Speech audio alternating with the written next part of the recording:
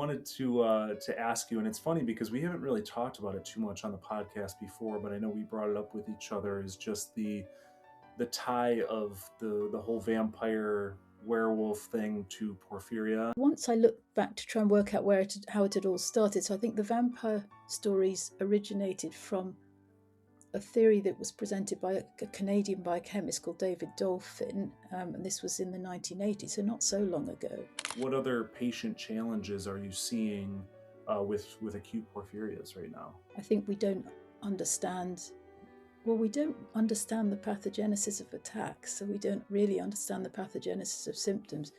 With everybody listening, watching that may be going through their porphyria journey themselves, I mean, what would you leave them with? Advice or suggestions, your perspective? Yes. So I think really the most important thing is for people to know that although porphyria is so rare, that they are not alone. Welcome to Rarely Discussed, an American Porphyria Foundation podcast with your hosts Andrew McManaman and Nicole Castellano. We have porphyria, a rare disease. Rare diseases differ greatly but share many similarities in how they affect our lives. Being rare can feel lonely and isolating, but we're stronger together. Join us in meaningful interviews with porphyria and rare disease experts and the patients and families impacted as we connect, learn, and heal together. We'll talk diagnosis, treatment, pain, mental health, managing daily life, and everything rare. Today's guest is one of the leading voices in porphyria care and research worldwide. Dr. Penny Stein is a consultant in hematological medicine at King's College Hospital in London, where she specializes in porphyria with a particular focus on the acute porphyrias. Through her work with the National Acute Porphyria Service, also known as NAPS, she cares for adult patients across the full spectrum of acute porphyria, including those with the most severe and complex recurrent attacks. Dr. Stein also played a pivotal role in shaping how porphyria is diagnosed and managed in the UK and beyond, and her influence extends globally through her collaboration with physicians around the world. She is an active leader within the International Porphyria Network, or IPNET, where she has helped develop international clinical guidelines to improve patient outcomes. In addition to her clinical and research work, she has been a tremendous supporter of the British Porphyria Foundation and a valued contributor to the global porphyria community, including collaboration with the American Porphyria Foundation. Dr. Stein's dedication to advancing care, education, and research has made a lasting impact on patients and providers alike, and we're honored to have her here today. So I wanted to welcome you, Penny, to the Rarely Discussed podcast. Oh, well, thank you, Andrew. That's a really lovely, very generous introduction. So thank you. It's a real honor to be here today, and thank you for inviting me. And we're so beyond honored to have you on here. I know people just listening at the introduction, they're just so curious to dive deeper into it. So I wanted to start with the first question about what made you interested, just as a doctor, to research and treat porphyria. Yes. So in fact, my background is in clinical biochemistry and sort of inherited metabolic diseases. So early on in my career, I did look after patients with a wide range of rare conditions, really. And I think my interest in porphyria really started quite by chance. So I was involved in the care of a patient who came to our hospital with a very severe attack of acute intermittent porphyria. This was many years ago. It was a young girl in her late teens with a new baby, in fact. And sadly, her diagnosis was very delayed. And by the time it was recognized, she was completely paralyzed and needed a ventilator. So it was a very long and a very difficult admission. And she did recover, but it took a long time. And really that experience, it really did stay with me, and it made me realize how suddenly and really how dramatically porphyria can change someone's life, and also I suppose how much we still don't fully understand, and this was really what led me into this field. Yeah, and just with that being said too, and just the interest and the understanding that there's just not there's just so much to be known about porphyria still, despite all the research and everything going on right now in the treatments. What what are you doing for the people that are listening and watching just at King's College and for NAPS? Yeah, so you're right. So I work as part of the National Acute Porphyria Service in the UK, and I'd like to explain what it is. But in order to do that, I need to go back a bit in time. So historically in the UK, patients with porphyria were sort of treated just at their local hospitals. And they were treated by doctors in a whole range of specialties. So it might be gastroenterology or genetics, endocrinology, anything. Mhm. And these doctors did their best, but most of them had very little experience of porphyria because it's such a rare condition. They might have only treated one or no previous patients. And so outcomes for these patients were not always very good. And so we set up the National Acute Porphyria Service to really try to change that. So what this is a specialist, it's an NHS funded service, but a specialist service for patients with active acute porphyria. So really those who are having attacks or other complications. And this service now, NAPS, has been running in the UK for actually nearly 15 years. It's longer than I realised. And we're based now at just two centres in the UK. So there's London in England, where I work, and Cardiff in Wales. But we actually support patients right across the whole of mainland Britain. And we give, so the way it works is we offer 24-hour advice by phone to doctors who are looking after patients with porphyria, so definite or suspected porphyria. So they would call us if they think they've got a patient who might be having a porphyria attack, and we would provide advice about how to confirm the diagnosis, about how to manage them, etc. And then if we thought hemin was needed, we send that by courier from our centre. And then after these patients are better, we would follow them up in our specialist clinics, and we have these clinics now dotted right across the country to make it all a bit more accessible for patients. And then about 5 years ago, the NHS finally agreed to fund Givlari, which was a huge step forward and excitement for us. But we were it will only fund the NHS will only fund Givlari for people who have recurrent attacks. Mhm. But this is only supplied through the National Acute Porphyria Service. So between us, we make joint decisions about who is eligible for treatment with Givlari, and we administer the treatment through the service to make sure it's used, safely and appropriately and fairly. So yeah, so I suppose the whole aim of NAPS really is to try and make care in the UK, or care for acute porphyria, fairer and more consistent, and to improve outcomes. Yeah, and we've had several conversations on the podcast with people just globally, and we've been able to understand more about the struggles of just getting care in places that are not the US. For example, we've talked to the Canadian Association, a lot of people there that say it's kind of a mess here trying to just obtain treatment. So with NAPS in place, I mean, how has that been treatment wise for everybody over there? Has it been pretty seamless for patients to get treatment? Was there some hardships in the beginning when NAPS was started 15 years ago? I think it's worked pretty well. I mean, it's not perfect, of course, but by and large, patients who need hemin or givosiran get it. So we probably use those drugs more less than you do in the US. So we have fairly tight criteria for who gets hemin in an attack and who gets Givlari. But I think we like to think we're giving it appropriately to the right people and not giving it unnecessarily. But I know there's a wide variation in sort of how people use those drugs. But by and large, I think it's worked well. So I think in the old days, we had a lot of people who were treated with too much hemin and probably Mhm. with too much opiates. And that's something that we're very conscious of and try to use these drugs very carefully. And I know I mentioned a little bit in the introduction too. Outside of King's College and NAPS, you were part of the of IPNET too. So how does that look in comparison to NAPS, or what does that look like for patients globally?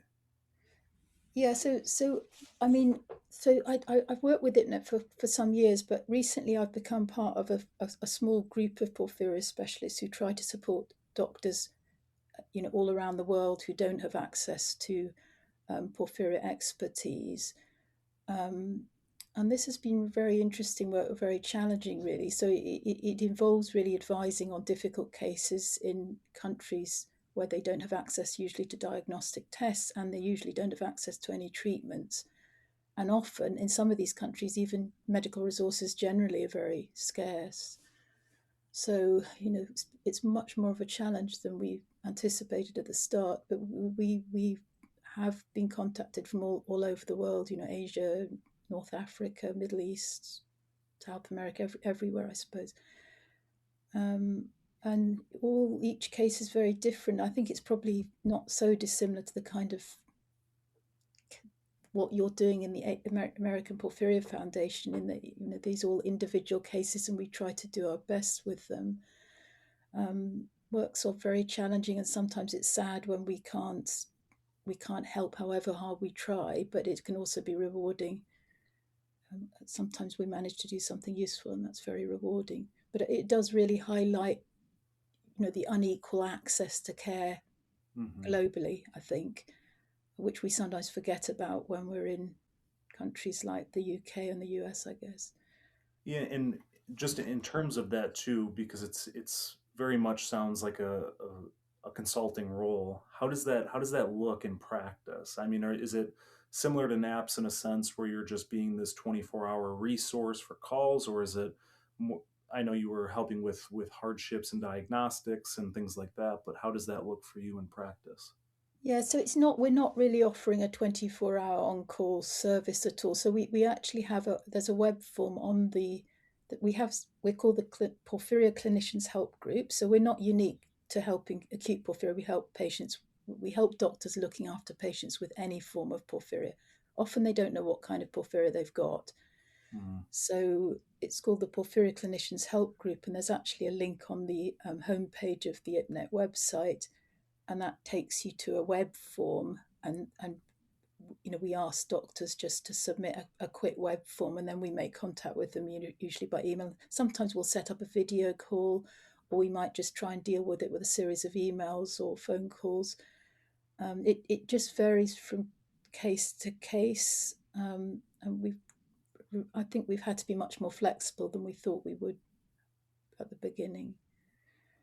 But the main thing is, this is sort of, we're aiming this at doctors looking after patients rather than at patients, because it's quite, well, I think you're doing the work for patients, and we're trying to sort of offer something for the doctors trying to look after those patients. Mm.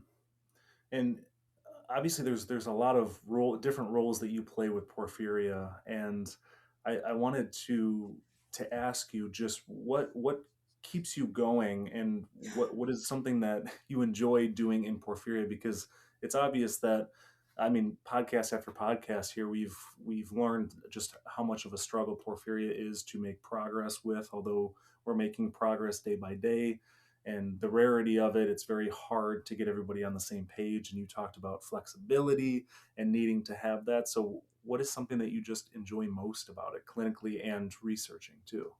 Yeah, that's a good question. I mean,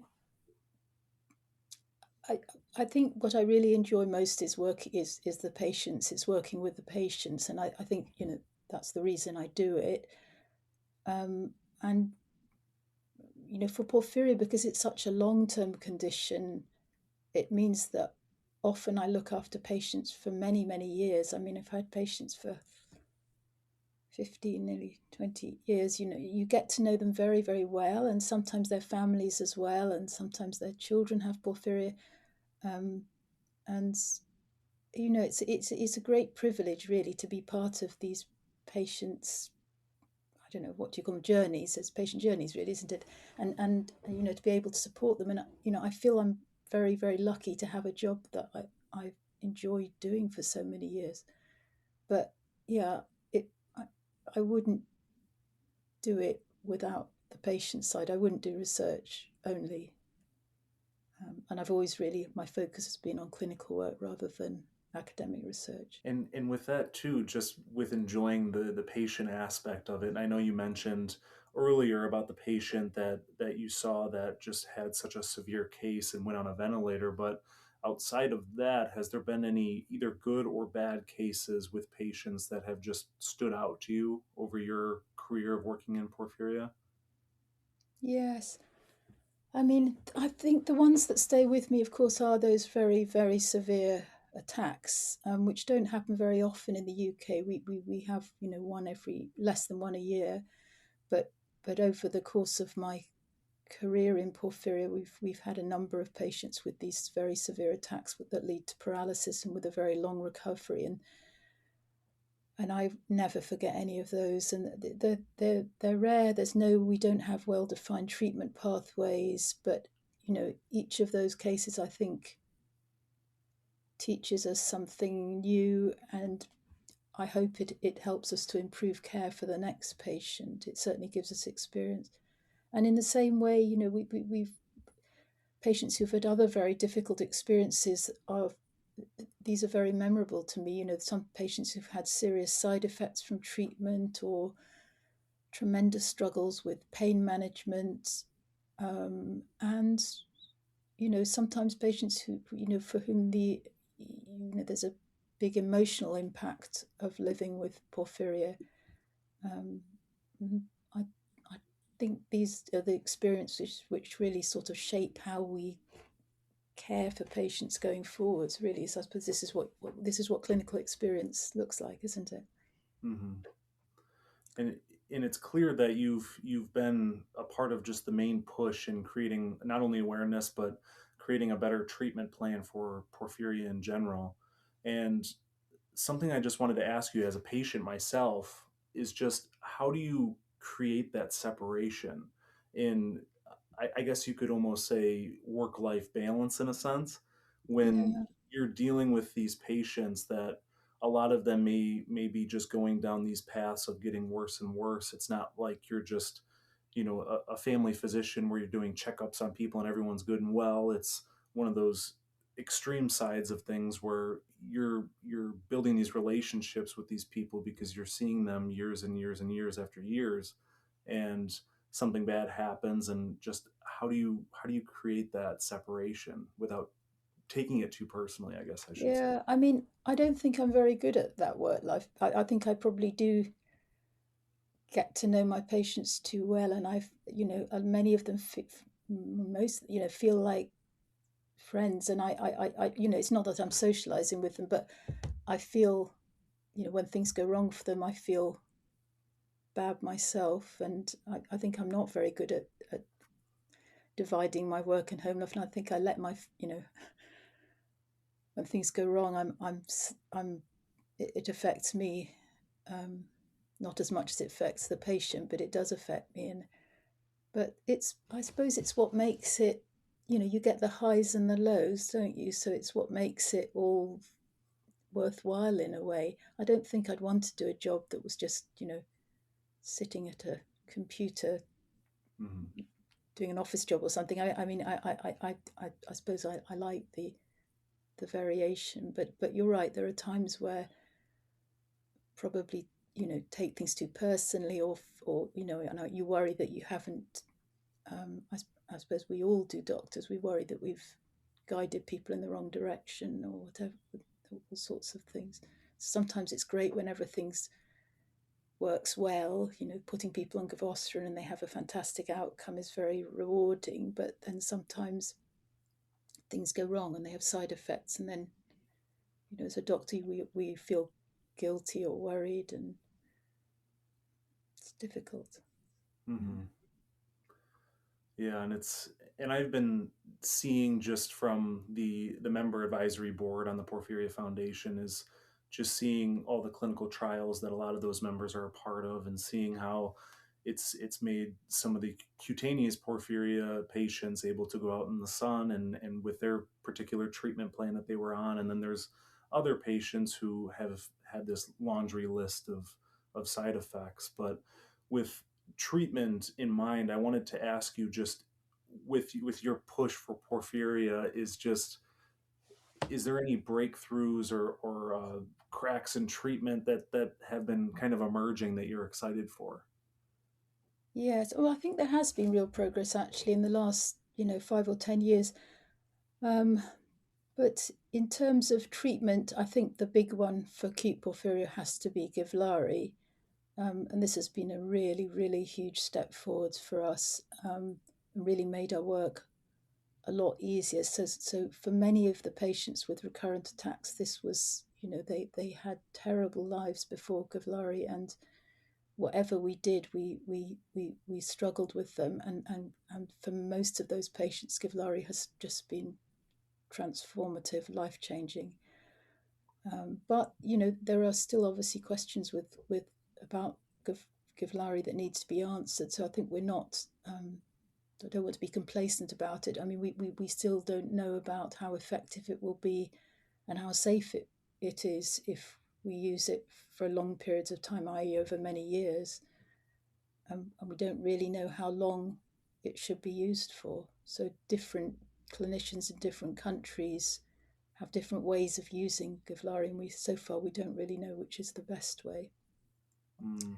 But I think that really is the big breakthrough for acute porphyria of the last 10 years. And I know that in conversation that I've had with a lot of people going through the clinical trials with Givlari is they have found, or at least they were told, that it was just this miracle drug that just does it all. And but then we find out that there's people that have to be on Heman as well. So I was just curious, just what your experience with that was, or if there's a ratio of people you've seen that need Hem with it or don't. Yeah, well, that's a good question. So we don't see this in the UK. So in the UK, we don't have patients on Givlari and Heman. This was something we agreed at the beginning. So I think for us, so I think one thing is we choose patients for Givlari very carefully, and these will all be patients who are having recurrent attacks, and these would be attacks that respond to Hemin. So I think if a patient's attacks don't respond to Hemin, they're not going to respond to Givlari. So if you put a patient on Givlari hoping that they'll be better, so sometimes I think people end up on both when in fact they maybe should be on neither. This is what I'm not sure about this. But in the UK, if somebody doesn't respond to Givlari, we would stop the Givlari. But I think if patients are carefully chosen, so they need to be having sort of what I would say is true recurrent attacks. So attacks associated that are based on on elevated porphyrin precursors during each attack. So if they're having symptoms that are not associated with elevated biochemistry, I don't think those symptoms are going to respond to Givlari. Mm. So those symptoms, I know many patients do have symptoms that are not associated with high biochemistry, and we don't fully understand the mechanism of those. But I think putting them on Givlari, all it does is it suppresses the ALA, those porphyrin precursors. So if your attacks are driven by ALA and porphyrin precursors, it's going to help you. And if they're not, it won't. I don't know. Does that answer this? Is that sort of answering your question? Yeah, it's interesting to hear your perspective on that. Just with Givlari and Heman is just the fact that maybe if neither one of them work, them just stop. And I think we're just so quick. Maybe it could be a U.S. thing. I don't know if I've heard it anywhere else. Just the push for it. And I know you were mentioning earlier just being very careful at the amount of treatment you're giving people in that regard. But I I wanted to ask you too, just because that can be obviously a situational patient challenge. What other patient challenges are you seeing with acute porphyrias right now? Well, I think the big challenges, I mean, one that you've highlighted is this problem of symptoms that are not related to particularly pain, that is not related to the high biochemistry. So for some patients, they have maybe have a raised ALA and PBG, but even if you suppress it, the pain doesn't go away. And for other patients, they have low biochemistry, but they still have a lot of symptoms. And I think we don't understand those symptoms well. And I think we do need to do more work. There's a real pain, particularly for some of these patients, we don't have good treatments for. So I think this is why what you're saying in the US, some of those patients will get put on Givlari and then it doesn't work, and they get put on Hem and that still doesn't work. I think what we really need to be doing is trying to understand better, these what these, we call them sometimes symptomatic high excretors. We have various definitions for these people, but I think we don't understand the pathogenesis of attacks, so we don't really understand the pathogenesis of symptoms. We believe it's related to the high levels of porphyrin precursors, particularly ALA, but we know that many people have high levels of ALA and they don't have any symptoms or attacks at all. So we don't understand the pathogenesis, and I think that has to be, is a very big question that needs to be answered. And that hopefully would lead through, to better understanding of risk and treatments, really. And do you feel or know if there's been breakthroughs or progress in figuring something like that out, or is that just up in the air as of right Yeah, now? well, I think there is work being done. I mean, the field of genetics is advancing very rapidly, and I think this is probably where we hope we'll, find some of the answers. And I think genetics is going to be the route that genetic studies probably are the most likely to help us understand sort of the mechanism of symptoms. Why do some patients have symptoms and some don't? Why do only some people have attacks, and why do people have symptoms that are unrelated to their abnormal biochemistry? And I think once we understand, so I think genetics is probably going to be the way forward with that. And there is work ongoing at the moment. Hopefully that will, yeah, I think things are looking promising. This is, but I suppose it's going to take a few years. Yeah, and I'm sure that's going to say a lot and probably cause one of those 5 to 10 year breakthroughs once again with different treatments and things like that. But I wanted to ask you, and it's funny because we haven't really talked about it too much on the podcast before, but I know we brought it up with each other. Is just the tie of the whole vampire werewolf thing to porphyria. And it's funny because with me having acute intermittent porphyria, sometimes I start the conversation educating people about it, saying, hey, you know what a fictional vampire is, right? And that's kind of where we came from. And then it gets into the conversation of, oh, you can't go out in the sun or you're drinking people's blood. And so I wanted to get your thoughts on that and see if you've come across things like that in your work, or what your thoughts are. Yeah, I mean, I'm quite glad you brought this up because it does come up repeatedly. I mean, there are these long-standing myths, I think, that linking porphyria to things like vampires, and I think this is, obviously very upsetting for many patients, and they're not based on science. So I think the vampire. So once I looked back to try and work out how it had all started. So I think the vampire stories originated from a theory that was presented by a Canadian biochemist called David Dolphin, and this was in the 1980s, so not so long ago. And he presented at a conference, and suggested that people suffering from porphyria in medieval times might have been the inspiration behind, the stories about vampires. But his reasoning was really very confused. But I think that the basis of his theory was a rather sort of fluffy fact, which sort of muddles together all the different porphyrias. That people with porphyria are sensitive to light, and they might have red teeth and red urine. But then the most controversial thing really is the issue of the craving blood, isn't it? So I think his argument for that was that, let me get this right, so that in the Middle Ages, so obviously heman treatment hadn't been discovered then, that people with porphyria might have craved blood because it contains heman, and that might have led to them biting, I suppose. But of course, the one thing I'm 100% sure is people with porphyria, every form of porphyria, nobody craves blood. And if you did drink blood, it would, of course, have no, it would not be helpful in any way, because the blood you drink, although there is heme in the form of hemoglobin in blood, this would not be absorbed in a way that would be beneficial if you drank it. So I think this was he presented this rather sort of flimsy idea at this conference, and I think it then got picked up by the New York Times, and that was it. It's never really disappeared, although the theory has been obviously completely discredited, and but I don't think we'll ever remove the I don't think we're ever going to get rid of this story, really.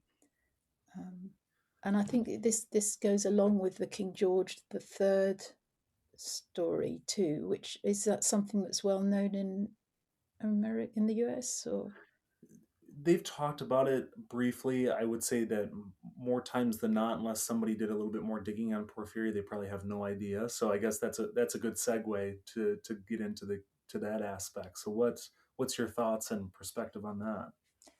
yeah. So I mean, I personally think there's no evidence George III did have porphyria. So that, again, you look back. So what this was even earlier. So this was in the 1960s. So there was this. It was actually a mother and son team of psychiatrists. She was Ida McAlpine, and the son was Richard Hunter, I believe. And they, I think they just were sort of scanning historical records of King George III, and had a very uninformed. They were totally uninformed about porphyria, but they had. I think it was mainly because he had some blue urine, which of course is not a sign of porphyria anyway. But they felt this blue urine somehow might indicate that he had porphyria, and they published an article in the British Medical Journal, and then went on and wrote a book called George III and the Mad Business. And then subsequently, in the 1990s, I think there was the film The Madness of King George, and all of these perpetuated this idea that George III might have had porphyria. But this has been very widely challenged, and people have attempted to do genetics on hair samples, from Royal Archives and things. And I think the consensus is that the majority of experts think it's extremely unlikely. I mean, in my view, his symptoms don't match porphyria anywhere. And I'm quite upset when people say that madness is a symptom of porphyria, because it isn't. So, I find that quite frustrating. I think it's most likely that he had a mental health problem, he possibly bipolar disorder or something, but some serious psychiatric condition. But again, we'll never prove one way or another. We'll never prove that he didn't have porphyria. So I think that's like the vampire myth, that may just linger on. Yeah, and it's hard because on one side you have this awareness and publicity that this stuff creates, the whole vampire thing and the whole historical aspect of porphyria. But on the other hand, you have people that are just sinking into that vampire aspect of it, and that just kind of creates hardship for porphyria patients in a sense, depending on who you are. I know porphyria patients that really lean into that vampire thing, and that's cool. But then there's other people who are, why do you associate me as being a Yeah, vampire based on what you search? And then it just becomes this because obviously with porphyria and any rare disease for that matter, there's already that isolation aspect that comes with it. And I think now you're tying this title of vampire to somebody, and you're looking at them even more different than you did before, and it's creating a more isolating space for that person. So there's two sides to it, of course. yes, I agree. I think on the whole, it's a negative thing, the vampire things. And I hope that any, anyone with porphyria who discussed this with their doctor would very firmly quash that idea. But I think the problem is that these sort of stories, the George III one and the vampire one, they're very, very easily perpetuated by media, aren't they? So nobody cares if they're based on truth or not. So it's very hard to get rid of them. But I think they're incredibly helpful. I certainly many years ago I watched a detective series. I won't say what it was. It's an English one, but there was somebody going. The murderer was going around. Well, it turned out the murderer was going around attacking victims and drinking their blood, and the punchline was that he had porphyria. And I was furious. I wrote to whichever television channel it was, and got no response at all. I wrote furiously and said it was outrageous, and they didn't reply to me. But that kind of thing is it doesn't help, does it? Mm-mm. Yeah, it's extremely hard. I wish they would just tie some truth to it and we'd be able to get just as much awareness, but unfortunately that's Absolutely. not how the world works. Of course, because awareness is really important, and I think awareness is one of the it's still one of the biggest problems, isn't it? Lack of awareness is something we just cannot get on top of, and but certainly we don't really want that awareness to be linked to vampires. Mm-hmm.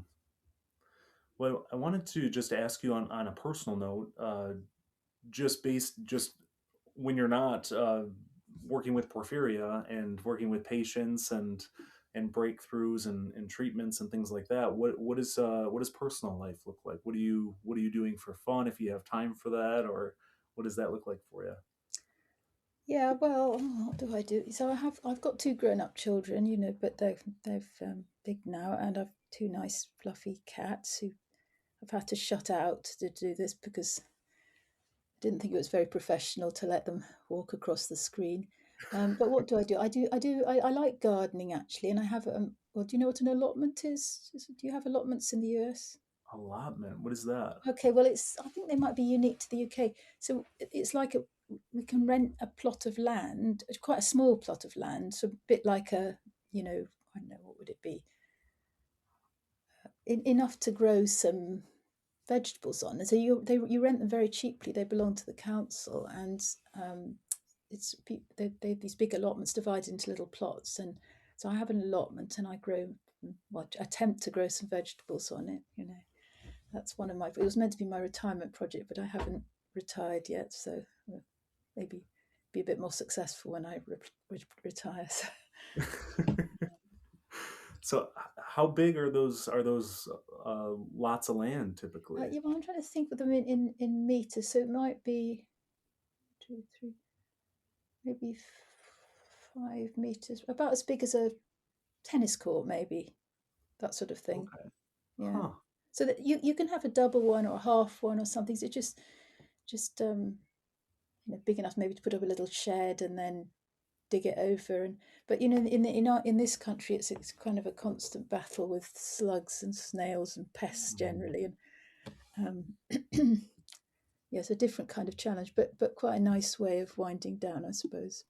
Yeah. Yeah. Well, I wanted to ask you too, just before we wrapped up here, is just with everybody listening, watching that may be going through their porphyria journey themselves. I mean, what would you leave them with? Advice or suggestions? Your perspective? Yes. Yeah, so I think really the most important thing is for people to know that although porphyria is so rare, that they are not alone.